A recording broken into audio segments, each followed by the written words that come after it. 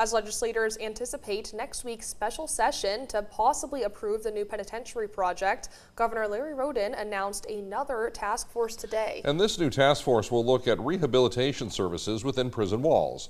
Parker Brown has more on early reactions to the plan. It is our top story here at 9 o'clock. Parker, hello. Hey there, Brian and Kara. Now, throughout the Project Prison Reset Task Force process, legislators heard mounting concerns from the public about recidivism rates and the potential need for better programming and prison reform as they shift to a new building. Now, this new task force is the governor's answer, which has legislators and state officials excited for what's to come. We could do better. That's what I kept hearing over and over again. Representative Greg Jamieson says that during the Project Prison Reset Task Force, they were solely focused on the new building plan.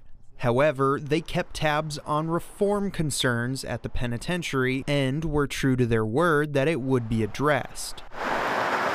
Jamieson says the Correctional Rehabilitation Task Force will play off of the summer study on recidivism. If every state was in the same situation we were, I think we might say, well, we're just doing the best we can.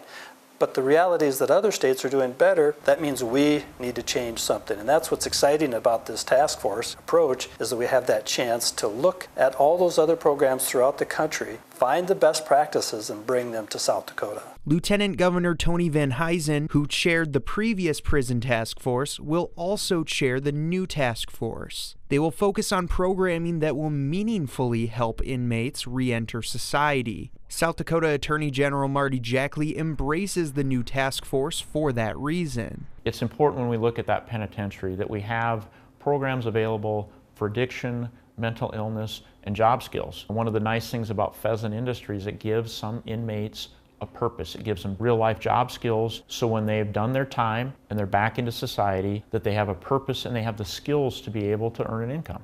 According to Jamieson, the resources and authority to make changes that this task force provides will make a big difference compared to a summer study or waiting until the legislative session. The task force authorized by a governor allows resources, dollars, to be spent to hire those experts, to get a consultant essentially to come in and guide us through this process of auditing our entire prison system and its programming, and then recommending new approaches going forward.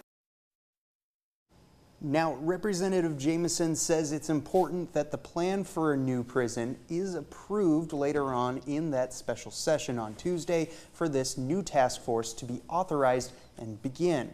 So plenty to keep an eye on early next week. You can view full statements from the governor and lieutenant governor on this story at dakotanewsnow.com.